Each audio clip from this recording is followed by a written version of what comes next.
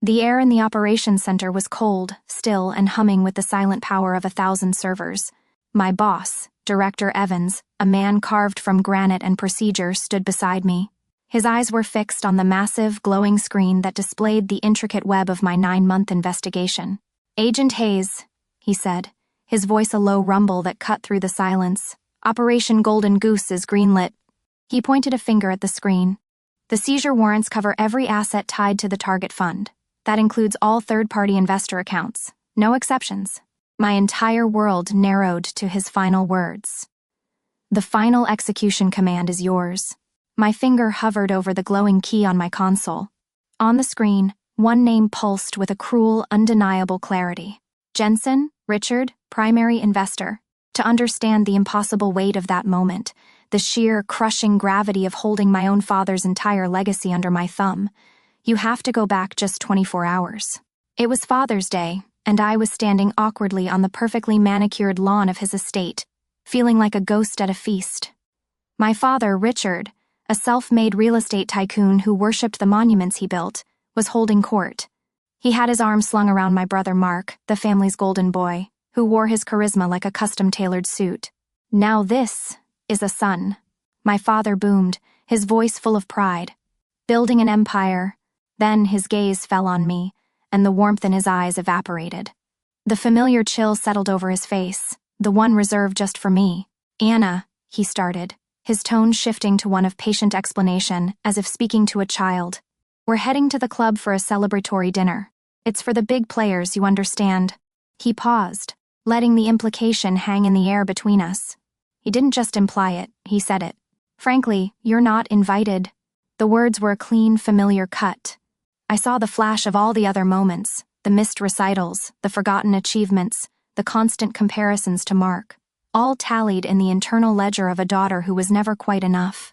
He then turned and gave a conspiratorial wink to Mark's boss, a slick man named Julian who oozed cheap cologne and false sincerity. My blood ran cold. Julian was the man at the very center of Operation Golden Goose. "Her job is..." My father continued with a condescending chuckle. "Well, she pushes paper for the government. Can't have her boring us all with talk of tax codes." He chuckled, pleased with his joke. Julian, my primary target, smirked right along with him. My father thought he was just putting his disappointing daughter in her place. He had no idea he had just banished the one person with the authority to sign the order that would liquidate his entire world. To understand the silent, surgical checkmate that followed, you have to understand the two lives I was living. To them, I was a ghost at the banquet of my own life, a quiet placeholder in a family portrait that was really all about my father and brother. My father, Richard, a man who believed a person's worth was measured in square footage and stock prices, had built his world on tangible things, gleaming towers of glass and steel. My brother Mark was his prized creation, the golden child destined to inherit not just the empire but the sun itself. He was everything I wasn't, loud, charming, and effortlessly visible. They lived in a world of bold colors and loud declarations, while I existed in shades of gray, a footnote in their grand story. This dynamic was never clearer than at our last Thanksgiving dinner, a memory seared into my mind like a brand. The air was thick with the scent of roasted turkey and my father's expensive cologne. He was holding court at the head of the table, his voice booming as he recounted Mark's latest triumph. "My son, the shark," he announced to the room, "closed the Henderson property deal. Mid-level, sure, but the killer instinct, that's what matters." He then produced a small velvet box. Inside was a ridiculously expensive Swiss watch, its gold face catching the light. As he fastened it around Mark's wrist, I didn't just see the watch. I saw the coding boot camp I paid for myself, the down payment on my sensible car I'd saved for years to afford, the decade of money's tight, Anna that was suddenly, miraculously, not tight at all for Mark. It was the internal ledger of the invisible child, a silent accounting of 1,000 paper cuts to the soul. Later, during a lull in the conversation, I made a foolish attempt to be seen. I got some good news at work, too," I said, my voice feeling small in the cavernous dining room. I received a director's commendation for uncovering a multi-million-dollar fraud scheme. I was proud of it. It was the culmination of a year of painstaking work. My father turned to me, a polite, vacant smile on his face. He reached over and gave my head a few gentle pats. The way you would a well-behaved dog. That's nice, sweetie, he said, his eyes already drifting back to Mark. Keep up the good work on those spreadsheets. He then turned to my uncle and chuckled. That's our Anna the accountant for you. Always got her head in the numbers. In that moment, I felt myself shrink, the pride dissolving into a familiar hollow ache. I became what they saw, a boring two-dimensional caricature with a calculator for a heart. That was their reality. That was the only Anna they knew, or cared to know. But it wasn't the only me. The very next day, I was in a completely different world, a world so far removed from their understanding it might as well have been on another planet. I was standing in a skiff, a sensitive compartmented information facility, a sterile, windowless room where sound doesn't escape, and secrets are the only currency. The air was cold and recycled, the only light coming from the glow of a massive digital screen.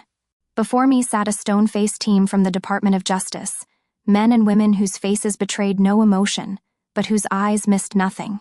This was my real office. This was my real work. The target, Julian Croft, I began, my voice clear and steady, echoing slightly in the silent room, is using a nested doll structure of shell corporations based in the Cayman Islands to launder the funds. I used a laser pointer to trace the complex web of transactions on the screen. My proprietary algorithm, codenamed Cerberus, flagged the initial wire transfers by cross-referencing anomalies in offshore banking records against dark web chatter. I pointed to a block of highlighted text. Cerberus is what got us our foot in the door. From there, we traced the flow of capital through 3 countries and 7 different financial institutions. I zoomed in on a final summary chart, a staggering figure glowing in red. We project his total exposure, and that of his principal investors, at just north of 9 figures. There were no condescending pats on the head here. There was no dismissal. There was only the quiet, intense focus of highly intelligent people who understood the stakes. They didn't see Anna the accountant. They saw Special Agent Hayes, the architect of a case that would rock the financial world. In this room, my quiet nature wasn't a weakness. It was a sign of my precision. My focus wasn't boring. It was the weapon that dismantled criminal empires. Here, I wasn't a ghost. I was a hunter, and my authority was absolute. The respect in that room was more real and more valuable than any gold watch my father could ever buy. I often thought about my father's core philosophy, a speech he'd given me more times than I could count. In this world, Anna, he'd say, gesturing at the city skyline from his penthouse office, you either build something people can see, like a skyscraper, or you're just a cog in a machine. He genuinely believed it. He saw Mark's flashy deals and saw an empire being built. He looked at my life and saw a tiny, insignificant cog turning uselessly in the vast, faceless machine of government. The irony was so profound it was almost painful. He was blind to the fact that his precious, visible world of skyscrapers and commerce could only exist because of the invisible machine I served. He praised the builders of the castle walls but had nothing but contempt for the sentinels who walked those walls in the dark, watching for threats. My work wasn't a skyscraper. It was the bedrock foundation hidden deep underground, without which the entire structure would collapse into dust. My algorithm, Cerberus, was a silent guardian he would never comprehend. I didn't build things he could touch, but I protected everything he owned from predators he couldn't even see. But that distinction was lost on him. To him, if it wasn't on the cover of a magazine or a plaque on a wall, it simply didn't count. It wasn't real. For a decade, I had tried to speak their language of emotional validation and parental approval, but they only respected one thing: the raw, absolute power of money. So, after I left my father's house on Father's Day, I decided I would finally speak to them in the only language they truly understood. As I drove away from my father's house, the familiar sting of his words began to fade, replaced by something else entirely. A cold, sharp clarity. The hurt was a luxury I could no longer afford. Seeing Julian Croft, my primary target, laughing in my father's backyard wasn't just another personal slight. It was a critical intelligence event. It was a complication, a risk, and an opportunity all at once. The timeline for Operation Golden Goose had to be moved up immediately. In that moment, driving through the quiet suburban streets, the personal dimension of the problem simply evaporated. This was no longer about a daughter seeking approval. It was about an agent closing her case. My father's financial ruin wasn't the goal. It was simply a consequence a piece of collateral damage created by his own terrible judgment and his worship of men like Julian. The choice he made, to align himself with easy money and flashy promises, was his and his alone. My choice now was to do my job. Back in the sterile silence of my office, the world shrank to the cool glow of my monitors. There was no anger here, no resentment. Only the mission. I initiated the final phase protocol, my fingers moving across the keyboard with a practiced, detached efficiency. This wasn't an act of passion, it was a checklist. I pulled up the asset mapping file for the operation and cross-referenced it with my father's investment portfolio, the same one he had bragged about for years. The system processed the data in seconds.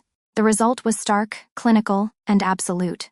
A 92% co-mingling of funds. His wealth and Julian's criminal enterprise were functionally inseparable. He wasn't a conspirator, but his money was. The data made the decision for me.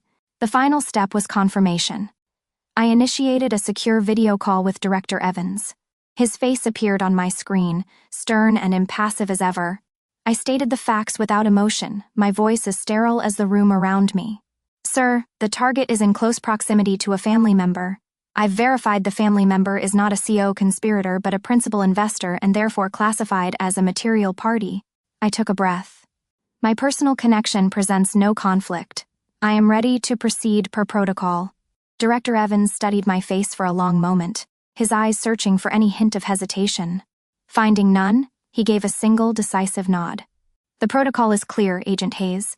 No asset is firewalled. The warrant is absolute. Prepare the execution order for 0600. The final command was keyed in, scheduled for dawn. The system was automated, unstoppable. My father had closed his door to me. He had no idea I was about to close every bank account he had ever opened. The next morning, the sun streamed into my small, quiet apartment, illuminating the dust motes dancing in the air. I was sitting at my kitchen table, cradling a warm mug of black coffee, the first moment of genuine peace I'd felt in days. The silence was clean, absolute. And then, it was broken. My phone, sitting face down on the table, began to vibrate with a low, insistent hum. I didn't move. It buzzed once, twice, then stopped. A few seconds later, it started again, this time with more urgency. I calmly reached over and turned it face up. The screen was lit up with a name that had caused me a lifetime of quiet pain, Dad. I watched the call ring out, my expression unreadable. Then it began. A cascade. A digital avalanche of desperation. A call from my brother, Mark. A text message notification. Another call from my father. Then a number I didn't recognize, which I knew would be one of his lawyers. The screen became a frantic, flashing beacon of a world on fire. For 10 solid minutes, I just sat there, sipping my coffee, watching the missed call counter tick upwards like a morbid scoreboard. 12. 34. 67. It was a symphony of chaos. A testament to an empire of arrogance crumbling in real time. When the number finally hit 88, I decided I had let the silence make its point. I picked up the phone as my father's name flashed across the screen for what felt like the 100th time. I didn't even have a chance to say hello. His voice, raw and shredded with panic, exploded through the speaker. Anna, thank God, it's a disaster. The banks, everything is frozen. Mark's been arrested, the feds raided his office. It's some kind of mistake. He was rambling, his words tripping over each other in a torrent of fear and disbelief. Your brother's boss, Julian, they took him. They took everyone. You work for the government, Anna. You have to do something. You have to call someone, fix this. His voice cracked on the last word, the demand of a king who had just found himself a pauper. I held the phone slightly away from my ear, letting the wave of his hysteria crash and recede. I listened to him breathe, ragged and heavy, waiting for the demand I knew was coming next. Why aren't you saying anything? Use your connections. I took a slow, deliberate sip of my coffee, the warmth a small, steady anchor in the storm he was creating. My voice, when I finally spoke, was perfectly calm, perfectly level. There is no one to call, Dad. What do you mean there's no one to call? He screamed, his voice pitching higher. You work for the IRS or whatever it is. You know people. Call them. This was it. The precipice. The moment the two worlds I had lived in for so long were about to collide with the force of a meteor. I let the silence hang for a beat, savoring the quiet before the detonation. Dad, I said, my voice dropping into a professional, dispassionate tone I had perfected over years of briefings and interrogations. I don't have connections to the investigation. I paused, letting the preposition land. I am the investigation. The silence on the other end of the line was more profound than any sound. It was a vacuum, a void where his entire understanding of his world, and of me, had just ceased to exist. I could almost hear the gears in his mind grinding to a halt, trying to process a statement that was simply impossible. I decided to provide the details, each one a hammer blow to the reality he had so carefully constructed. The asset seizure you're experiencing is the result of a 9-month federal operation, I continued clinically. Its code name was Operation Golden Goose. I took another sip of my coffee. I was the lead agent. A strangled noise came through the phone, a mix of a gasp and a cough. You... an agent? He stammered, his voice a ghost of what it had been seconds before. No, you're an accountant. It was his last, desperate attempt to hold on to the comfortable lie, to put me back in the small, insignificant box he had built for me. He was pleading with me, in a way, to be the disappointment he had always known. I would not give him that comfort. My reply was precise and sharp, with no room for misinterpretation. That was the cover identity I used for this operation. I delivered the final sentence with the cool, clean finality of a blade. My official title is Special Agent, Financial Crimes Intelligence Division. Then I heard it, a sharp clatter as the phone was dropped, followed by a dull, heavy thud. It was the sound of a man not just falling, but collapsing under the weight of a truth he was never meant to comprehend. I stood there, listening to the dead air on the open line, the quiet hum of his broken world. He spent my entire life telling me what I wasn't. In the end, it only took 2 words, lead agent, for him to understand what I was. After the call ended, or rather, after the sound of my father collapsing into the ruins of his own life ended, I stood in my silent apartment for a long time. There was no surge of victory, no triumphant fist pump, just a quiet, profound sense of closure. It felt like the settling of a decades-long storm. Later that day, in my office, the muted sound of a press conference played on a small television in the corner. The U.S. Attorney stood at a podium, his face grim and serious as he detailed the scope of Operation Golden Goose. He spoke of shell corporations, of illicit offshore accounts, and of a massive blow struck against financial crime. He concluded his statement by praising the brilliant multi-year investigation led by an elite and necessarily anonymous agent at the Treasury. Anonymous. That's what I was to the world, and I was fine with that. The only opinion that mattered belonged to the man who walked into my office just as the press conference ended. Director Evans didn't smile, he never did, but he placed a single thin file on my desk. I looked at it, then at him. The secretary sends his personal commendation, he said, his voice the same low rumble as always. He tapped the file. This is a recommendation for your promotion. It was approved an hour ago. He turned to leave, then paused at the door. Well done, Section Chief Hayes. And with that, he was gone. Section Chief. The word settled over me, not with the weight of a prize, but with the comfortable fit of something earned. 1 year later, the title felt like a second skin. I stood before a large interactive whiteboard in a state-of-the-art briefing room, a place that felt more like home than my father's mansion ever had. Before me sat my team, a group of 5 sharp, young, and hungry agents. They were my responsibility now. My team. I was outlining the beginnings of a new case, a complex cryptocurrency laundering scheme that had all the digital footprints of a hostile state actor. They're arrogant, I explained, pointing to a line of code on the screen. They think their encryption is unbreakable, but they move too fast. They leave echoes. We're not going to chase the money, we're going to chase the echoes. My voice was confident, my purpose clear.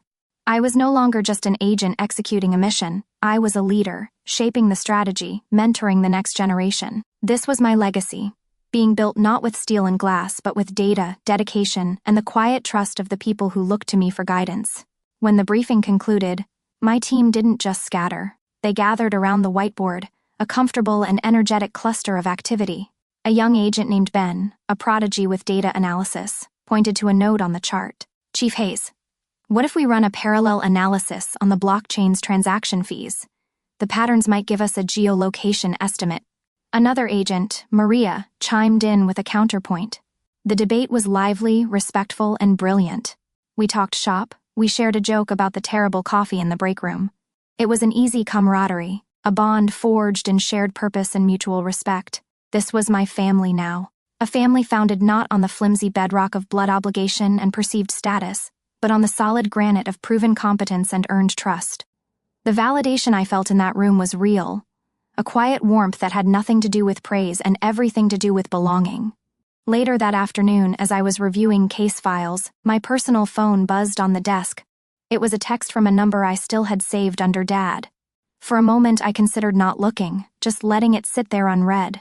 But curiosity, or perhaps the need for a final, definitive period at the end of a long sentence, made me pick it up. The message was short. Anna, the lawyers say most of it is gone for good.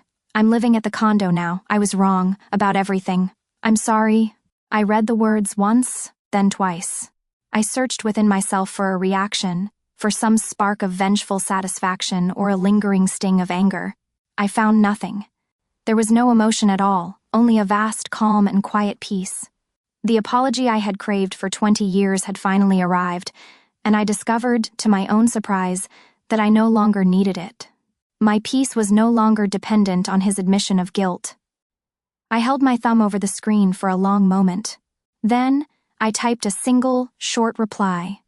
I know. I sent the message, put the phone back down on the desk, face down, and turned back to the file Ben had given me.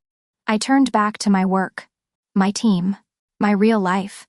My father believed an invitation was something you were given.